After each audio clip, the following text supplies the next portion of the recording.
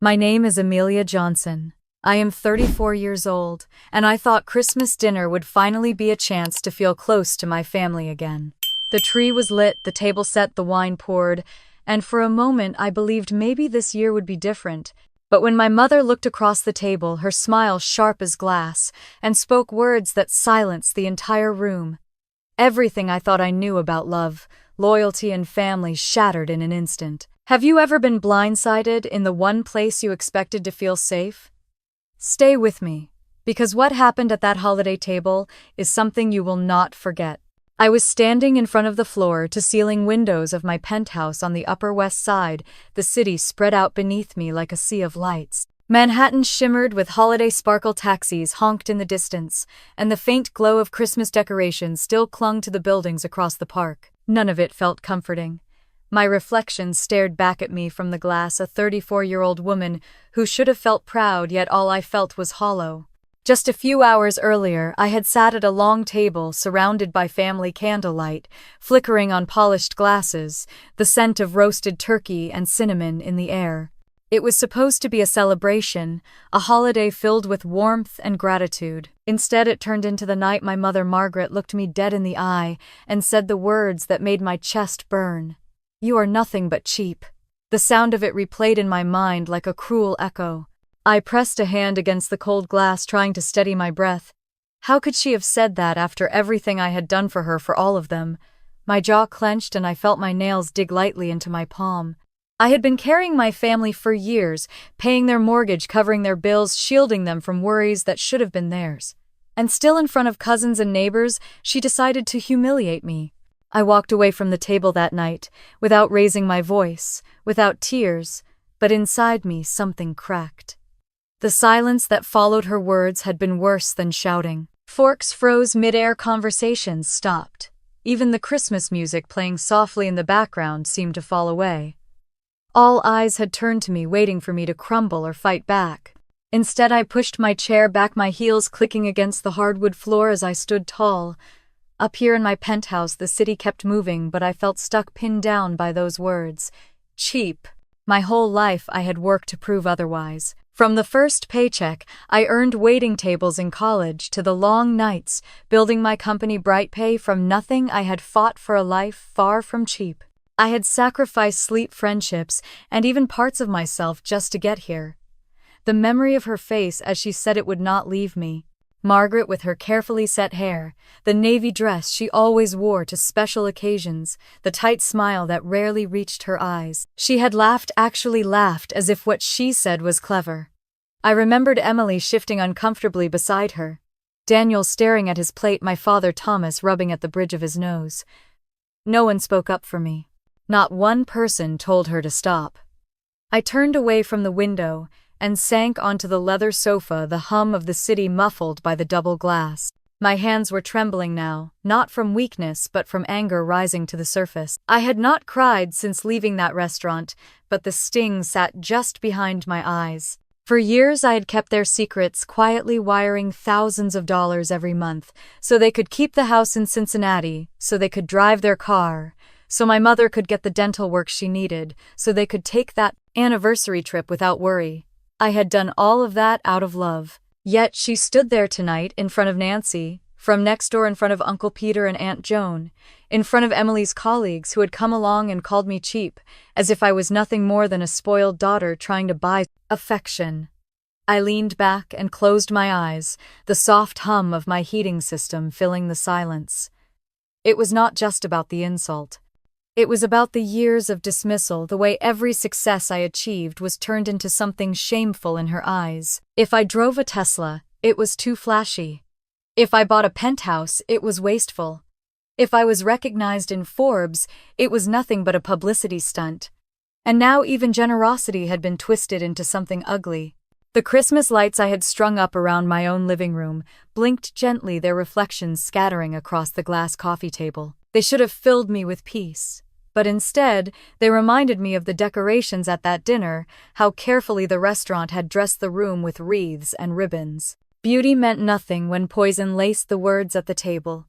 I tried to picture the night without her voice. The laughter we could have shared, the stories Daniel had been ready to tell Emily's students. She had wanted to talk about the clinking of glasses as we toasted the season. All of it had been stolen by one moment of cruelty. I rose from the sofa and walked slowly across the polished wood floor, my bare feet cool against the surface. My phone sat on the counter, silent now, but earlier it had buzzed with missed calls. Emily, then Thomas, then even Margaret herself. I had let them ring.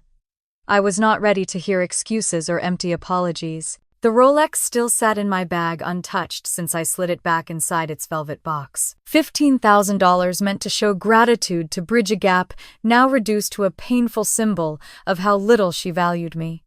I imagined her face when she opened it, that brief flicker of surprise followed by laughter. My gift had not softened her. It had given her a stage. Cheap. The word scratched at my chest over and over. I whispered to myself that it was not true, that my worth was not hers to define. But the sting remained. Outside, a light snow had begun to fall, dusting the rooftops and turning the city into something softer. I pressed my forehead against the window, watching flakes swirl beneath the streetlights. Somewhere down there, couples walked arm in arm. Children tugged at parents with excitement. Carolers sang on corners. The city kept its rhythm, uncaring of one woman's fractured holiday. I breathed in deeply, trying to gather strength. I had made choices at that dinner table that would change everything. Walking away was not the end. It was only the beginning. And as the snow fell harder, blurring the skyline, I knew I had finally reached the point of no return.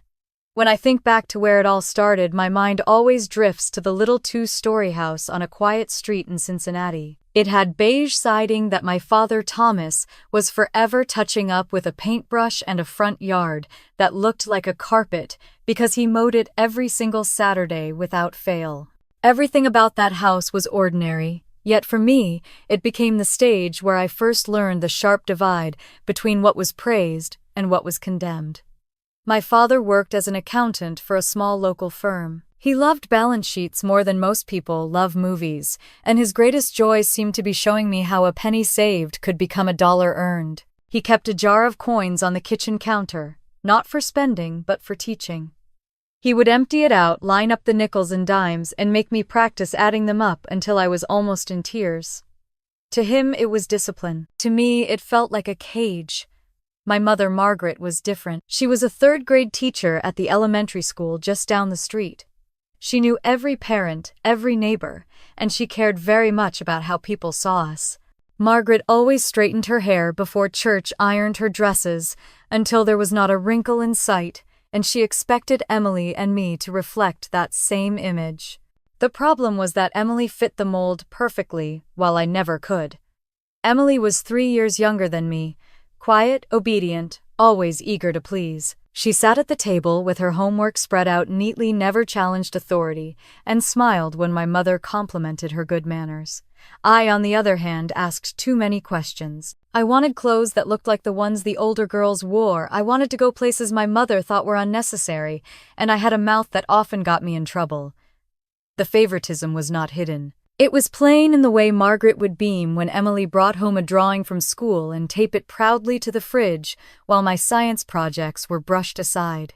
It was in the way she told relatives at Thanksgiving that Emily was her little angel while describing me as independent with a tilt of her head that carried more disapproval than pride. One night in high school made the imbalance crystal clear. The winter dance was coming up, and every girl in my class was buzzing about it. I had my eye on a dress in a small boutique downtown, a deep green satin piece that made me feel grown up just looking at it. I had worked weekends babysitting for months and had saved enough to cover half the cost. I thought if I showed my mother how serious I was, she might agree to pay the rest. I remember standing in the kitchen that evening, the smell of tomato soup lingering from dinner, holding the dress catalog in my hands. Margaret was rinsing dishes, her back straight, her hair pulled into a bun. I told her about the dance, showed her the dress, explained that I had saved my money. She did not even look at the picture. "Amelia," she said flatly, "you do not need a dress like that. You have a perfectly fine one from last year." "But Mom," I argued, "it is too small now, and this one is classic. I already saved $100. I only need 75 more.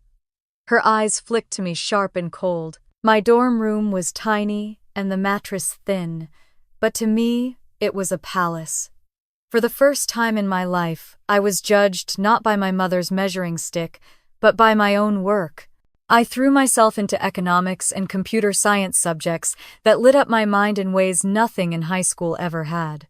I studied until my eyes blurred, worked part-time in the library, and refused to let even $1 slip by without accounting for it. Those years taught me resilience. I was the one who needed to be disciplined, restrained, constantly reminded of limits. Emily was the child who earned affection. I was the one who earned lectures. My father did not step in. He simply reminded me later that week about compound interest, saying that keeping the $100 in the bank was wiser than wasting it on a dress. He thought he was teaching me to be smart, but it only made me feel small. Even now, decades later, standing in the luxury of my own home, the sting of that night lingers. I can still see my mother's dismissive glance, hear her voice, as she praised Emily while denying me. That wound never really healed, and it shaped the fire that drove me to prove I was more than the girl in the too-tight dress from last year. I sat back on the sofa and let the memories wash over me one after another, each of them reminding me why the words she spoke at Christmas hurt so deeply. They were not new. They were simply the loudest echo of a truth she had been telling me all my life. And as I stared at the blinking lights on my own Christmas tree, I realized that those early lessons in favoritism and frugality had laid the foundation for everything that came after. By the time I turned 18, I knew the only way forward was out. I had spent years proving myself in classrooms, poring over textbooks while the world outside Cincinnati seemed impossibly far away. When the envelope from the University of Michigan arrived with the word scholarship printed across the top, I clutched it to my chest and cried in the privacy of my bedroom. It meant freedom, a ticket away from the constant comparisons, the lectures about waste, the silent competitions with Emily I never asked for. Leaving home that fall felt like stepping onto another planet. Ann Arbor was alive with energy, buzzing with students from every corner of the country. She would not even consider helping me buy a dress I was willing to put my own savings toward. But for Emily, she opened her wallet without hesitation. I turned and ran up to my room, the catalog crumpled in my hand, tears blurring the lines of the satin gown I had dreamed of. That was the moment I began to understand that in my mother's eyes I was different. Not the daughter she wanted to showcase, not the one she would champion. Most of my classmates talked about corporate jobs, secure paychecks, paths lined with promotions. I could have gone that route, but something restless inside me wanted more. I packed up my old Honda Civic with everything I owned, which fit easily into the back seat, and drove east until the highways gave way to the skyline of New York City. I had $1,000 in my checking account and more determination than sense. New York did not care. It swallowed me whole the moment I arrived. The first apartment I shared was a shoebox in Queens, with two other women, one studying fashion and the other waiting tables while chasing Broadway auditions. My half of the rent took most of what I had left, so I lived on dollar pizza and bagels. At night I lay on an air mattress that sagged in the middle and whispered promises to myself that it would not always be this way. I juggled 3 jobs in those first months. By day, I answered phones at a finance office, pretending I understood the jargon tossed around by men in suits. In the evenings, I waitressed at a diner near Astoria Boulevard, my feet aching as I balanced trays heavier than I was. On weekends, I tutored high school kids in algebra and English just to keep cash in my pocket. Every hour I was not working, I was sketching out ideas for something bigger. Technology fascinated me. I saw how apps were changing the way people ordered food or hailed a cab, and I wondered why managing money still felt stuck in the dark ages. I imagined a platform where ordinary families could track spending, set savings goals, and make smarter decisions without paying outrageous bank fees. I called it Bright Pay, scribbling the name on napkins and the backs of receipts when inspiration struck. The first year nearly broke me. I spent long nights in the public library, teaching myself coding basics, then begged anyone I met at networking events to look at my prototype. Most brushed me off with polite smiles. Some told me flat out I was wasting my time. I maxed out a credit card just to pay for server space and worried constantly that one missed payment would sink me before I even started. There were days when I thought about packing it in and going home, but then I would picture my mother's face, hear her voice calling me wasteful, and the thought of returning to that judgment pushed me harder. I worked 20-hour days, fueled by instant noodles and bitter coffee. My roommates complained that I never slept, that my laptop's glow was the last thing they saw before dozing off and the first when they woke. Then, one rainy Thursday in late spring, I got a call that changed everything. A small credit union in Brooklyn had heard about my app through a friend of a friend. They wanted a meeting. I showed up in a wrinkled blazer and shoes that pinched my feet, clutching a presentation I had printed at a 24-hour copy shop. My hands shook as I spoke, but for the first time someone listened. They asked questions. Real questions. And at the end, they agreed to pilot BrightPay with a few hundred of their customers. When I walked out of that office, the rain soaked my hair and my blazer stuck to my skin, but I did not care. I had a contract in my bag and a chance to breathe. That deal did not make me rich, not even close, but it kept the lights on. It kept my servers running. It gave me a reason to believe I was not crazy for chasing this dream. I went home that night, to the little apartment in Queens, dropped my bag on the floor, and sat on the edge of my air mattress, with tears running down my face. Not because I was beaten, but because for the first time in months, I felt hope. BrightPay was not dead. It was alive, fragile, but alive. That first contract would not be the last, but it was the one that convinced me I could survive in New York. It was the thread that pulled me forward through every other obstacle, and sitting there in the dim light of that tiny apartment, I promised myself I would never let anyone make me feel small again. Within a few years, BrightPay grew from a fragile idea into a company that had an office in Chicago, another in Austin, and more than 80 employees who looked to me for direction. The girl who once lived on dollar pizza and shared a sagging air mattress had become a CEO, walking into boardrooms, negotiating contracts, and speaking at conferences with tickets that cost more than my first month's rent in New York. When Forbes added me to their 30 under 30 list, I held the magazine in my hands and stared at the page until the print blurred. It was the kind of recognition that should have made my parents proud, the kind of headline they could show their neighbors. For me, it was proof that all the nights of exhaustion and doubt had been worth it. For them, it became something else entirely. One weekend, I flew back to Cincinnati for a family visit. The house looked the same, the beige siding fading with time, the lawn trimmed to perfection. My father Thomas greeted me with his steady nod and warm handshake, but my mother Margaret seemed more concerned with whether my heels would scuff her clean floors. Emily had already arrived with her easy smile and her stories about her classroom. Daniel was sketching something in the corner, lost in his own world. At dinner, one of the neighbors dropped by to bring cookies. She had seen the article in Forbes and could not stop talking about it. She smiled at me and said how impressive it was to see someone from our neighborhood making national news. My cheeks flushed with gratitude, but before I could answer, Margaret let out a laugh that cut like a blade. "Oh, that magazine," she said, always looking for flashy stories. "It is just for show. Amelia is good at publicity, that is all." I sat there, frozen, a polite smile stuck on my face while inside something twisted. The neighbor looked awkward, shifted her plate, and quickly changed the subject. My father cleared his throat and passed the salt. No one challenged Margaret. No one ever did. I tried to brush it off, telling myself that maybe she did not mean it the way it sounded, but the pattern repeated.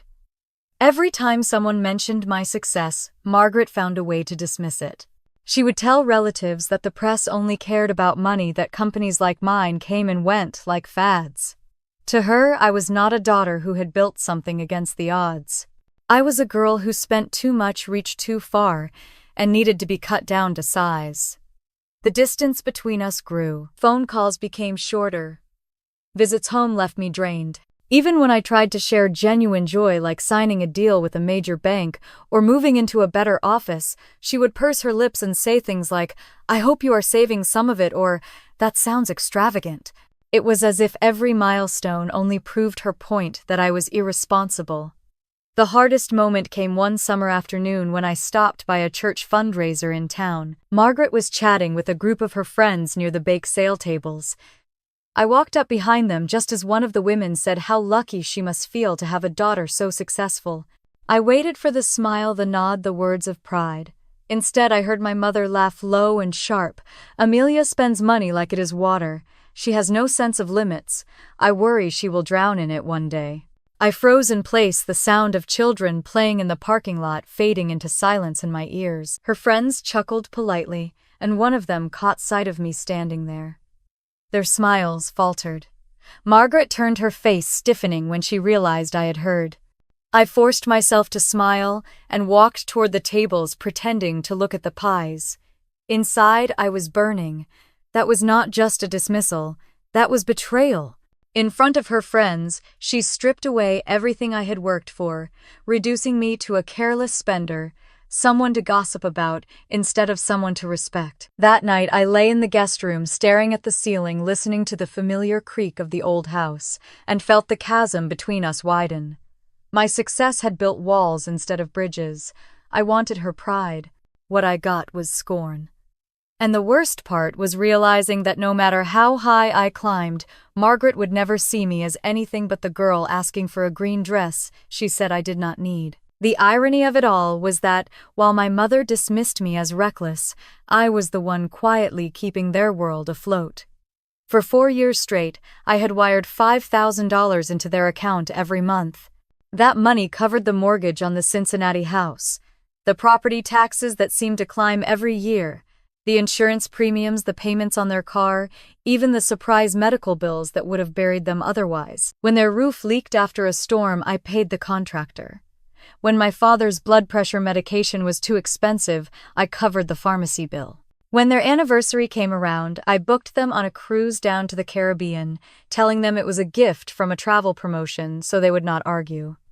It was never about the money itself. It was about love, about wanting them to have peace in their later years. I remembered what it felt like growing up in a house where every dollar was scrutinized, where indulgence was a dirty word. I thought maybe if I carried their burdens, they might finally see that all my hard work meant something good for them too. My father knew pieces of it. Sometimes he would glance at me when a new appliance appeared in the kitchen, or when the tax bill arrived, without panic in his eyes. He would nod slightly, almost as if to say thank you, but he never spoke the words. Margaret acted as if it all came from their discipline and savings. She would brag to her friends about how she and Thomas managed their retirement so wisely, how living within their means had kept them secure. At first, I let it go. Pride was complicated, and if pretending made her feel strong, I could allow it. But as the years passed, the silence began to weigh heavier. I would sit in meetings negotiating contracts worth millions, then fly home on weekends and listen to my mother tell relatives that Emily was the daughter she never had to worry about, the one who knew how to live responsibly. The implication hung in the air like a knife. Amelia spends, Emily saves. One autumn afternoon, my cousin Rachel called me out of the blue. She had run into Margaret at the grocery store and thought she should give me a heads up. "Your mom was telling everyone in line how proud she is of Emily." Rachel said, her voice hesitant. "She said Emily is the real success of the family, living modestly, not like you with your big city ways." The words stung so sharply I had to sit down at my desk. I looked out the window at the skyline of Manhattan, the city I had fought tooth and nail to conquer, and felt like I was 16 again, asking for that green dress. I wanted to scream that while Emily was praised for being modest, it was my checks that kept the roof over their heads. That night I pulled up the spreadsheet where I tracked every transfer. $240,000 over 4 years. It stared back at me in black and white. Numbers do not lie, but people do. Margaret's stories erased my sacrifice and painted me as a woman who threw money away. I tried talking to my father one evening when he called to ask how business was. "Dad," I said gently, "do you ever think Mom might appreciate knowing how much I do for you both?" There was a pause on the other end, then his low voice. "Your mother believes what she believes, Amelia. It is easier not to argue." So that was it. He knew enough to understand, but not enough to stand up to her. I hung up with a lump in my throat. I thought back to the times I paid for their dentist visits, to the months when Daniel struggled with his art gigs, and I quietly covered his student loans too, to the way Emily never asked how our parents managed to keep the house even as she heard them complain about expenses. No one asked. They all wanted the comfort without the truth. One Thanksgiving, Margaret sat at the table with relatives gathered around and praised Emily for bringing homemade pies while slipping in another jab about me. "Amelia spends her life in airports and restaurants," she said with a thin smile. "Emily is the one who keeps her feet on the ground." I sipped my wine in silence, biting back the truth that the very turkey they were eating had been purchased with a grocery card I had reloaded for my parents the week before. The silence in that room was suffocating. Back in New York, I threw myself into work even harder, telling myself that one day the truth would matter. But in my heart, I knew it already did. The truth was that my generosity had become invisible, hidden beneath Margaret's pride and sharpened tongue. The phone rang late one night. It was Emily, her voice bright with excitement. "Mom was bragging about me at church today," she said. My heart lifted for a split second until Emily continued. "She told everyone I am her real pride and joy, the one who understands what it means to live within her means. She said you have no limits, that money just slips through your fingers." I thanked Emily for telling me and hung up before she could hear my voice shake. Sitting there in my penthouse with the city buzzing below, I felt that old wound rip wide open again. I had built an empire, I had carried my family, and still, to my own mother, I was nothing more than a woman who never learned to stop spending. The silence of that room pressed down on me, as if to say this was not just about money anymore. It was about love denied, gratitude withheld, and the painful realization that no amount of sacrifice could buy the approval I had been chasing all my life. I wanted to end that year differently. Christmas was coming, and instead of bitterness, I told myself I would create a moment that might finally heal the distance. I booked a private table at Gramercy Tavern in New York, one of my favorite restaurants where the food was art and the atmosphere was warm without being pretentious. I imagined us together under soft light, the room filled with the scent of pine and cinnamon, the sound of clinking glasses instead of sharp words. I had planned the gift carefully. Months earlier, I had chosen a Rolex Submariner stainless steel with a black dial, elegant but strong. It had cost $15,000, and when I slid my card across the counter, I did not think about the price. I thought about my mother's face, about how I wanted her to feel the weight of my gratitude. This was not about showing off. It was about saying thank you for the years she raised me, even when we did not understand each other. I wanted her to see that every sacrifice she made had led me here, and that I could honor her with something lasting. As I wrapped the box in deep green paper tied with a silver ribbon, I let myself believe she might finally smile with pride. I could almost hear her telling her friends later that her daughter had remembered her in such a thoughtful way. A few days before Christmas, my father called. His voice was steady as always, but there was hesitation in the way he cleared his throat. "Amelia," he said, "your mother is nervous about this restaurant. She looked it up online. She saw the prices." I sat back in my chair, staring at the skyline outside my office window. "Dad, it is Christmas. It is not about the prices. It is about celebrating. I can afford it. I want this." He paused, then said quietly, "She thinks it is too much." I closed my eyes, biting back the frustration. Too much. Everything was always too much for Margaret, but I softened my tone and told him not to worry, that I had everything handled. We ended the call politely, but the unease settled in my chest like a stone. The next evening I got my answer more clearly. I had stopped by a cafe near my office and was paying for coffee when I noticed Emily seated a few tables away, her phone pressed to her ear.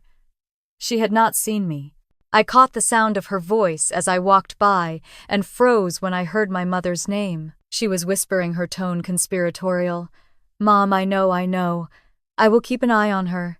Do not worry, I will not let her make it all about showing off. Let her do her thing, let her spend. Everyone will see." My stomach tightened. I stepped back behind a column and listened as Emily continued. "Yes, Mom, I understand. Just let her put on her show. We will be polite then. Afterwards, people will know who she really is." The words hit harder than I expected. So this was not just nervousness about the restaurant. This was a plan. Margaret had already decided to turn my gift into a performance, a stage where she could once again cast me as the extravagant daughter who needed to be put in her place. Emily hung up and gathered her things, still unaware of me standing nearby. I left the cafe before she could see me, my coffee forgotten on the counter. Outside, the winter wind cut across my face, but I barely felt it. My mother's voice echoed in my mind, not because I heard it directly, but because I had heard versions of it my entire life. Wasteful, showy, irresponsible. I walked the streets of Manhattan that night with holiday lights strung above me and the scent of roasted chestnuts drifting from vendors, yet I felt no joy.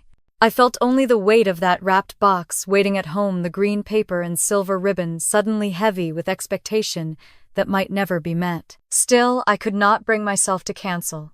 Some part of me, that little girl still hoping for approval, believed maybe this time would be different.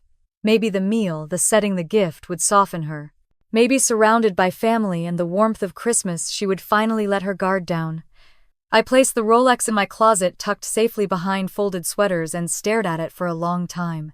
My reflection in the glossy box looked back at me questioning. I whispered to myself that even if she dismissed it, even if she laughed, I would know the truth. I would know that my heart was in the right place.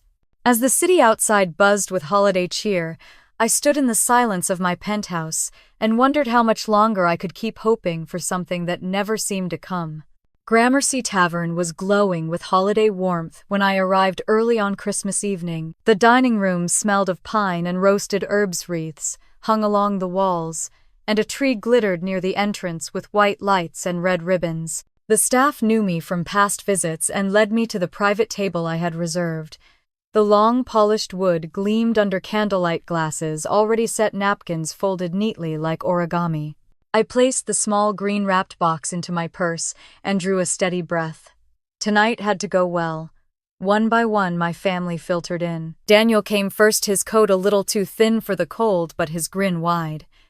He hugged me hard and whispered that the place looked amazing. Emily followed, smoothing her dark dress nervously, her eyes darting to the decorations as if calculating the price of each one. Behind her, my parents walked in together. Thomas stiff in a suit he rarely wore. Margaret wrapped in her navy coat and pearls, her eyes scanning the room with practiced suspicion. Trailing them were the Greenwoods cousins who never missed a holiday, and finally, Nancy, our neighbor from Cincinnati, who happened to be in the city visiting her sister. She had been invited by Margaret at the last minute, something I realized with a twist in my stomach. I greeted everyone with smiles, directing them to their seats. I had chosen the arrangement, carefully placing Margaret at the head, with Thomas at her side, Emily and Daniel opposite, and me at the far end, so I could see all their faces. Nancy and the Greenwoods filled the remaining chairs, chattering about the city, the cold weather, the beauty of the dining room. As we settled in, I lifted my glass and wished everyone Merry Christmas, my voice steady though my heart raced. Daniel clapped his hands lightly and joked about ordering everything on the menu. Emily smiled weakly and reached for the breadbasket. My father simply adjusted his napkin, his silence saying what he did not. The menus were handed out. I had chosen Gramercy Tavern precisely because of its blend of comfort and refinement, but I knew the prices would sting. Margaret opened hers, her manicured finger tracing down the page. A slow smirk curved across her lips. "Good Lord," she muttered loud enough for the table to hear. "Only a fool would pay this much for roast turkey." The words hung heavy, followed by an awkward cough from one of the cousins. Nancy pressed her lips together, her eyes darting to mine. I forced a smile, ignoring the flush rising in my cheeks. Daniel tried to lighten the moment. "Come on, Mom," he said, "it is Christmas. If anyone deserves to splurge a little, it is Amelia." Margaret shut the menu with a snap. Splurge is one word for it. Waste is another. My chest tightened. I could feel the waiter hovering nearby, professional smile fixed in place, waiting for the orders. I quickly asked about the specials, giving him something to do while I tried to gather myself. Inside, though, the old ache pressed against my ribs. It was always the same. No matter the effort, no matter the intention, my mother would find the flaw. Emily cleared her throat, her voice soft. "The place is beautiful, Amelia. Thank you for inviting us. I met her eyes and nodded grateful for the lifeline. But Margaret was not finished. She leaned back in her chair, surveying the room with a kind of disdain, as though every polished surface was proof of my arrogance. All this for one dinner, she said. Imagine how many months of groceries this could buy. The table fell silent again. I looked around at the candles flickering, the tree shining in the corner, the snow beginning to fall outside the wide windows. For a moment, I wanted to disappear into that snow, to step outside and breathe air free from her barbs. But I stayed because tonight was not just about me. It was about all of us, about creating a memory that might rise above the past. The waiter returned and we placed our orders. Margaret chose the simplest chicken dish on the menu, making sure to announce it was at least reasonably priced. Thomas ordered quietly. Daniel chose duck with obvious excitement, while Emily selected fish, still glancing at the numbers on the page. The Greenwoods ordered confidently, Nancy, with polite hesitation. When my turn came, I picked a seasonal dish without hesitation, letting my calm voice mask the storm in my chest. Wine was poured, glasses raised. For a few minutes, conversation loosened. Daniel told a story about an art show in Brooklyn, making everyone laugh. Emily described her students struggling through winter exams. Even my father chuckled at a cousin's joke about long lines at the airport. For a brief flicker of time, the room felt warm again. But as I glanced down the table at Margaret, watching her sip her wine with that tight smile, I knew the evening had only begun to test me. The menu comment was just the opening act. The real performance, I feared, was still waiting. The waiter returned with baskets of warm bread and small plates of butter, and the conversation around the table started tentatively, like everyone was afraid of stepping onto thin ice. Daniel tried to fill the silence by telling a story about a client who wanted him to design a mural in a coffee shop. The cousins nodded along politely, but I could feel Margaret's eyes drifting back to me, as if she was waiting for her next opportunity. I spread a piece of bread, forcing myself to chew slowly, pretending that my chest wasn't tightening with dread. I knew her patterns. She never struck all at once. She would test weight, then press harder. And sure enough, as the waiter cleared the first plates, she leaned slightly forward, her pearls catching the light, her smile too sharp to be kind. Amelia has always had a taste for the dramatic, she announced to the table, her voice carrying across the clatter of dishes. Even as a child, she wanted things bigger, brighter, louder. I guess some people never grow out of that. The Greenwoods shifted in their seats. Nancy pressed her lips together and gave me a glance that said she understood more than she wanted to.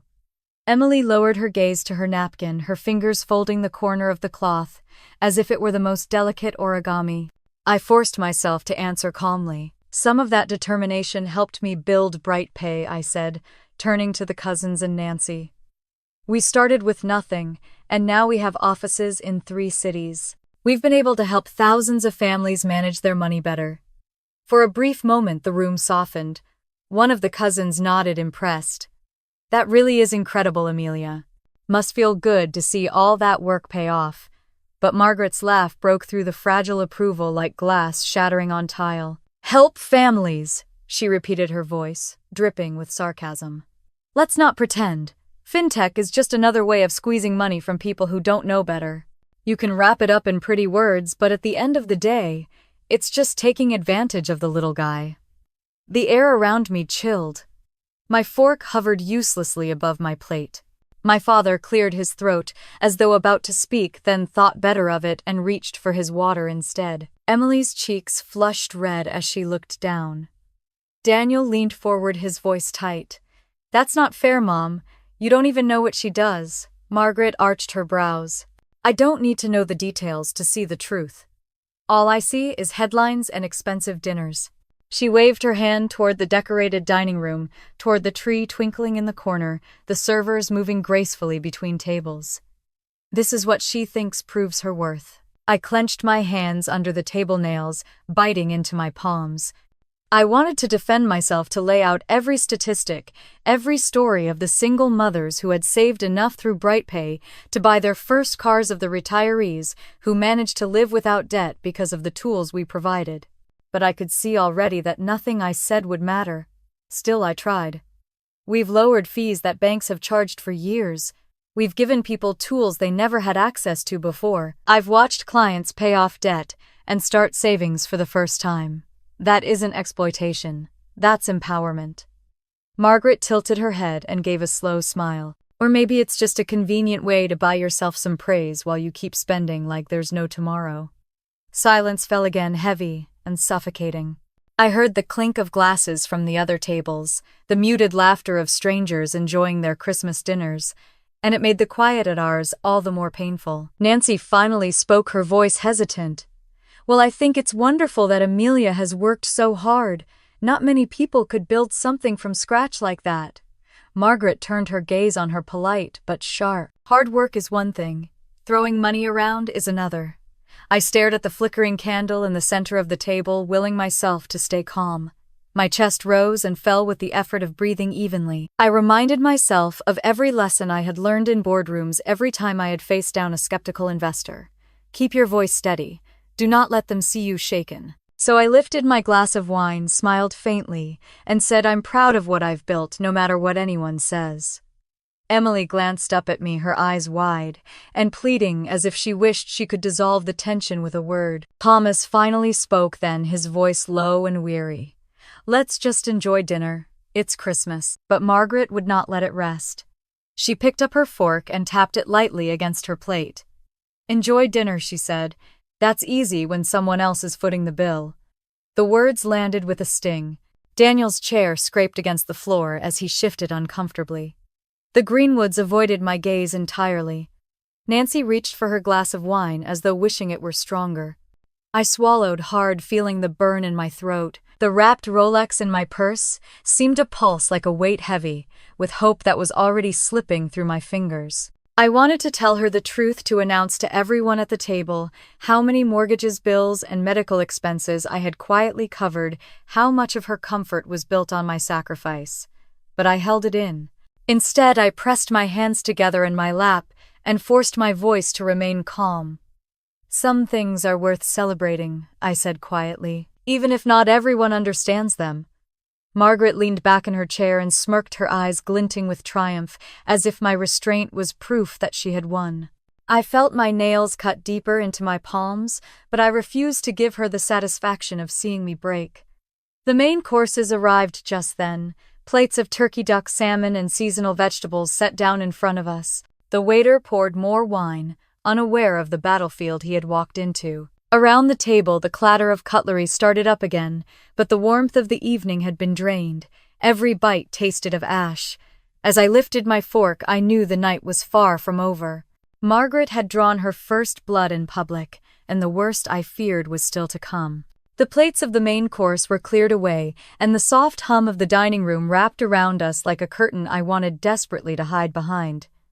My fork rested untouched on the linen, my stomach in knots. I glanced at the purse at my side, the green paper and silver ribbon waiting, and told myself I could still turn this night around. Maybe if I showed her what I had chosen, she would finally see me for what I wanted to be in her eyes, not the caricature she always painted. I shifted in my chair, smoothed the napkin across my lap, and rose slowly. Everyone at the table looked up. The clinking of glasses from nearby tables seemed to fade, leaving only the sound of my voice as I steadied myself. I have a gift for you, Mom. Merry Christmas. Margaret tilted her head, her smile polite but cold. A gift, she repeated softly, drawing out the words as if tasting them. I reached into my purse, pulled out the small box wrapped in green paper, and set it gently in front of her. The ribbon shimmered in the candlelight, catching every eye. Emily leaned forward slightly. Daniel stopped mid-sentence, and even Nancy shifted closer, her curiosity piqued. For a moment, the air held a fragile anticipation. Margaret peeled the ribbon away, her fingers deliberate, her nails catching on the paper until it split. The velvet box emerged black and gleaming. She opened it with a click, and the Rolex Submariner shone beneath the light. The steel bracelet, the deep black dial, the unmistakable crown logo. It was everything I had imagined giving her. A murmur rose around the table. Daniel let out a low whistle before catching himself. Emily's lips parted, her eyes darting from the watch to my face. The cousins exchanged glances, their expressions wavering between admiration and disbelief. But Margaret's face told the real story. Surprise flashed for the briefest second, then melted into something sharper, something cruel. Her mouth twisted into a laugh, sharp and brittle. "Oh, Amelia," she said, her voice dripping with disdain, "a Rolex." Of course. The laughter that followed wasn't joyous. It was mocking. It was the sound of someone dismissing everything I had tried to give. The table went still. Forks hovered in midair, glasses frozen halfway to lips. Even the waiters passing by seemed to sense the tension and moved more quietly. My chest tightened as heat rushed to my cheeks. I opened my mouth to explain. To tell her it was meant as a symbol of gratitude, a reminder of all she had given me, but the words caught in my throat. Margaret lifted the watch between two fingers, holding it high for everyone to see as though she were exposing a fraud. "Look at this," she announced, shaking her head. $15,000, I bet." She set it back into the box with a snap, then shoved it toward me. "You're nothing but cheap." The words hung in the air like a blade. My breath caught, my vision blurred for a moment. Cheap. The word she had used my whole life. The word that had followed me from the green dress in high school to every milestone since. She had chosen that word because she knew it would wound deeper than any other. Emily's cheeks flushed crimson. She lowered her head quickly, staring at her lap, her hands clenched tightly around her napkin. Daniel sat stiff in his chair, his fork slipping from his grip and clattering onto his plate. His lips parted, but no sound came out. Nancy gasped, a small, sharp intake of breath, her eyes wide with horror. The Greenwoods avoided looking at me altogether, their gaze fixed firmly on the tablecloth. I felt the weight of every eye on me pressing against my skin. The room was silent except for the faint crackle of the fireplace across the dining room and the clink of cutlery from strangers who had no idea of the storm at our table. I wanted to scream to tell her how wrong she was to lay out every bank transfer, every bill I had paid, every month of mortgage I had carried for her. $240,000 over 4 years, given quietly without ever asking for thanks. That wasn't cheap, that was sacrifice, that was love. But the words stayed locked in my chest. My nails dug into my palms beneath the table. My throat burned with the effort of swallowing back everything I wanted to unleash. Margaret leaned back in her chair, her eyes scanning the room with a kind of triumph. There it was, the moment she had been waiting for. She had humiliated me in front of everyone, and she relished it. Thomas shifted beside her, his lips pressed tightly together, his hand rubbing the bridge of his nose. He didn't defend me. He never did. Emily's shoulders hunched as though she wanted to disappear. Daniel finally found his voice, whispering under his breath, "Mom, please." But Margaret ignored him. I stared at the Rolex, gleaming in its box, tainted now no longer a gift, but a weapon she had turned against me. My chest heaved once, twice, as I forced my breathing to steady. The air was heavy, suffocating, pressing down on me with the weight of all the years that had led to this moment. The tree twinkled in the corner of the room, the candles flickered on the table, and still no one spoke. It was as if the entire world had stopped, frozen in the shadow of one sentence. Cheap. I sat there, hands trembling under the tablecloth, and realized the night had finally shown its true face. The wound she had delivered was not just an insult. It was the final proof of everything I had feared all along. Nothing I did, nothing I gave would ever be enough. And in that unbearable silence, something deep inside me began to change. My chair felt too small for the weight I was carrying, so I pushed it back and rose slowly, letting the sound of the legs scraping the floor cut through the hush. Every eye at the table turned to me. I stood tall, my hands steady at my sides, and for the first time that night, I wasn't afraid of what would come out of my mouth. "You want to call me cheap," I said, keeping my voice. "Even then, let's talk about what cheap really looks like." Margaret blinked, startled that I had spoken. Her smirk faltered. I glanced at the cousins, at Nancy, at Emily and Daniel. They were waiting, holding their breaths. "For the last 4 years," I began, "I've been sending $5,000 every single month into this household. That's the mortgage on the Cincinnati house, that's the car insurance, the property taxes, the medical bills, even the anniversary trip you bragged about to your church friends. Add it up. That's more than $240,000. Quietly. without asking for anything in return. Without hearing even a simple thank you. A ripple went around the table. Emily's eyes widened, her face flushing red. Daniel's hand fell limp against his lap, his mouth open. Nancy let out a sharp breath and muttered, under her breath, "Lord in heaven." One of the cousins whispered something to the other, but their eyes never left Margaret. Her skin had gone pale. She opened her mouth as if to argue, but no words came out. Her hand tightened on her wine glass, the stem trembling ever so slightly. "You stand here tonight and laugh at me for trying to celebrate Christmas with my family," I continued, my voice growing stronger. "You look at a watch and see waste. You look at a dinner and see arrogance. But what you never saw were the checks that kept this family afloat. You let everyone believe you were living within your means when in reality, you were living on my sacrifice." I felt something loosen in my chest, as though years of carrying that secret had been lifted. For the first time, I didn't care who knew. Thomas rubbed the bridge of his nose, his face heavy with shame. He whispered Amelia, but stopped, his voice too weak to continue. Emily lowered her head, unable to meet my eyes.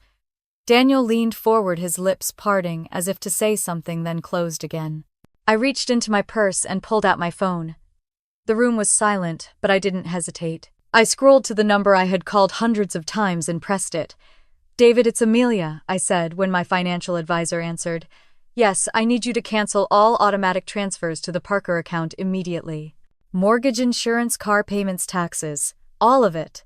Margaret's head shot up, her lips parted in horror. "Wait, you can't," I kept going. "And another thing, call the bank and let them know I will no longer be guaranteeing the Parker line of credit. Effective tonight." The line clicked as David confirmed.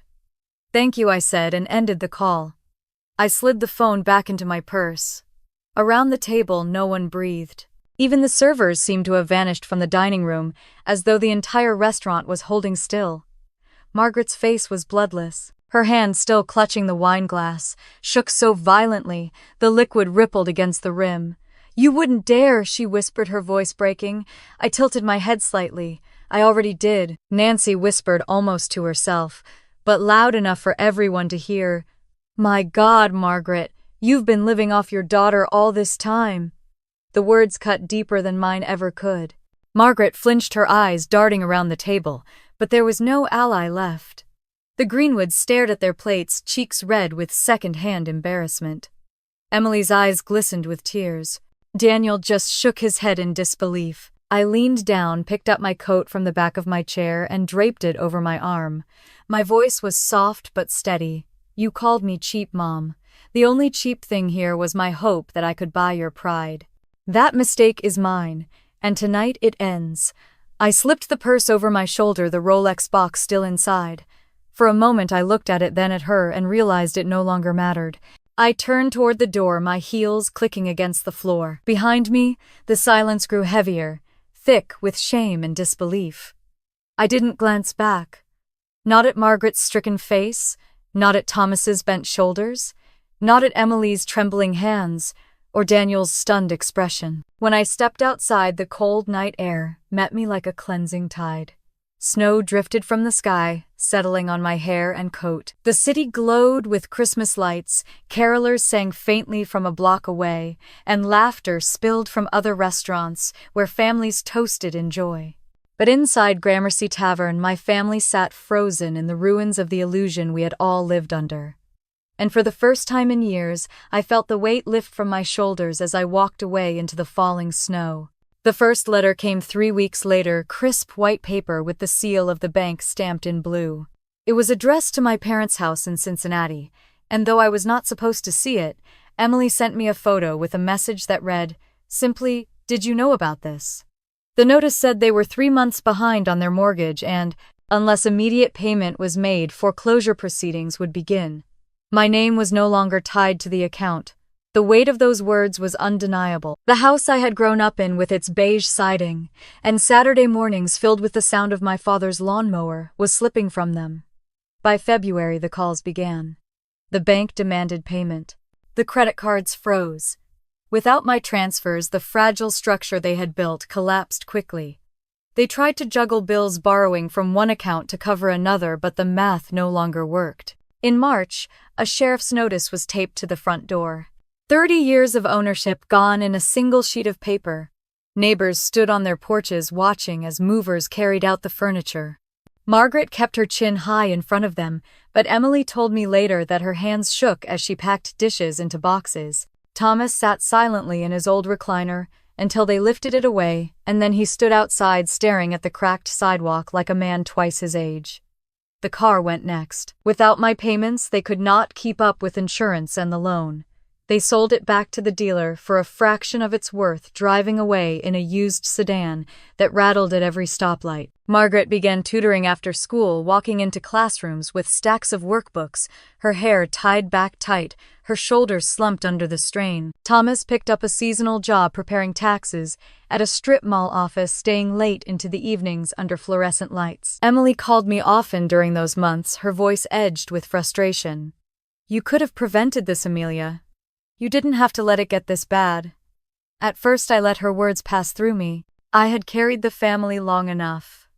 But when she visited Cincinnati one weekend and saw her parents sitting at the kitchen table in their small rental apartment, counting pennies for groceries, something shifted. She called me that night, her voice soft and broken. "I think I judged you too quickly." For once I didn't rush to comfort her. I listened. Then I said gently, "You saw what I saw for years. I wasn't the villain, I was the safety net." Her silence was long, then a quiet admission. "I know." Daniel, on the other hand, stood by me from the beginning. He came to New York, often bringing sketches and staying in the guest room of my apartment. One evening, as we sat on the balcony overlooking the Hudson, he shook his head. "I can't believe Mom said that to you. Cheap. After everything." I shrugged, staring at the glittering skyline. "Words have power, but so does truth." He leaned back in his chair, his breath a cloud in the cold night air. "I'm proud of you, not just for the company but for standing up. Nobody else could have done that." By summer the damage was undeniable. Margaret, once so quick to dismiss me, began to falter. Emily described one afternoon when she walked into the kitchen of their rental and found our mother sitting at the table, head in her hands, shoulders shaking. For the first time in my life, she was crying without trying to hide it. When Emily asked what was wrong, Margaret whispered through her tears, "I was wrong about Amelia. All those years I called her names, all those years I said she was wasteful. She was the one keeping us afloat, and I destroyed it with my pride." Emily told me that story weeks later. Hearing it didn't erase the scars, but it landed like a long overdue truth. My mother, who had laughed at me in public and called me cheap, had finally cracked under the weight of her own lies. Meanwhile, Thomas aged quickly. His hair turned more gray, his shoulders bent from long hours at the tax office. Margaret carried a tote bag filled with worksheets, riding buses to tutoring sessions in neighborhoods she once told me to avoid. They lived smaller than they ever had, scraping by each month. I visited once unannounced. The rental was plain, the walls bare. Margaret looked thinner, her eyes ringed with fatigue. She didn't scold me or try to put on airs. She simply nodded, her voice subdued. "Dinner's on the stove." We ate quietly. No one mentioned the old house or the car or the watch, still tucked away in its velvet box in my closet in New York. But for the first time, the silence wasn't hostile. It was full of things, unspoken truths finally settling into place. As I left that evening, Margaret stood at the door. She didn't hug me, but her eyes glistened and her lips parted as though she wanted to speak. In the end, all she managed was a soft whisper. "Be well, Amelia." It was the closest thing to an apology I had ever heard from her. And strangely, it was enough for me to walk into the night feeling lighter than I had in years. 6 months later, the city was alive with summer heat. And I stood by the tall windows of my office, watching sunlight pour over the Hudson. Bright pay had grown faster than I could have imagined, and every day felt like steering a ship bigger than the one I had started with just a few years ago. But my mind wasn't only on numbers and expansion. It kept drifting back to the strange peace that had settled after that Christmas night. Margaret had softened. She never said the words I once longed to hear, but there was a shift. When Emily visited me in New York in May, she carried a message in the simplest form. "Mom asked about you," she said. Not about the company? Not about the penthouse? She just asked if you were doing well. It was enough to stop me in my tracks. Thomas changed the most. His years as an accountant had always defined him, and after the foreclosure, he had seemed smaller, diminished. One morning I made the decision and called him. I need someone I can trust to oversee BrightPay's internal accounting, I told him. I can hire anyone, but I want it to be you. At first he hesitated, pride mixing with shame, but a week later he showed up in a pressed shirt carrying a notepad, determined to prove himself. He worked hard, stayed late, and earned the respect of my staff. Watching him walk through the office with his shoulders squared again gave me a sense of closure I hadn't expected. Emily and Daniel found their own lessons in the wreckage. Emily confessed one evening as we sat in my kitchen drinking tea that she had never realized how much bitterness she had carried simply because Mom had fed her that version of me. I thought you were showing off, Amelia. I thought all the dinners and trips were about making us feel small. Now I know you were carrying us when we should have been grateful. Her voice cracked, but her eyes held mine steady. Daniel reached across the table and squeezed her hand, and for the first time I saw my siblings united instead of divided by our parents' favoritism. The Rolex still sits in my closet. Sometimes I open the velvet box and stare at it the way it gleams under the light, and I feel a mix of emotions. Once it symbolized hope for approval, then it became a weapon turned against me, but now it is something else. It is a reminder that value is not in the price tag, but in the boundaries we set and the respect we demand. It cost me $15,000, but the lesson it taught me is worth far more. Life with my family is not perfect, and it never will be. Margaret still has her sharp edges, and sometimes the old words slip through, but there is a crack in the armor now, a place where regret has settled. She no longer brags about living within her means. Instead, she quietly tutors, saves her modest earnings, and when she looks at me, there is less scorn in her eyes and more weariness, maybe even understanding. I have learned something powerful. Success cannot buy respect. Money cannot purchase gratitude. But dignity once claimed cannot be taken away. I do not need my mother's approval to measure my worth. I have built something with my own hands, and I have faced the cruelty that came when the people closest to me couldn't celebrate it, and I survived. As I stand now in my apartment overlooking the skyline, I think of every woman who has been called names by those who should have been proud of her, every daughter who has been told she was too much or not enough. To those women I say this: your worth does not live in their words. It lives in the life you build and the respect you claim for yourself. I would love to hear your thoughts. Have you ever been in a situation where generosity was mistaken for weakness, or where family judged you instead of supporting you? Share your story in the comments. If this journey resonated with you, I invite you to like this video and subscribe so you can join me for more real stories of family revenge and the lessons we learn along the way. Because at the end of the day, our true wealth is not measured in money, but in the boundaries we honor and the dignity we never let go.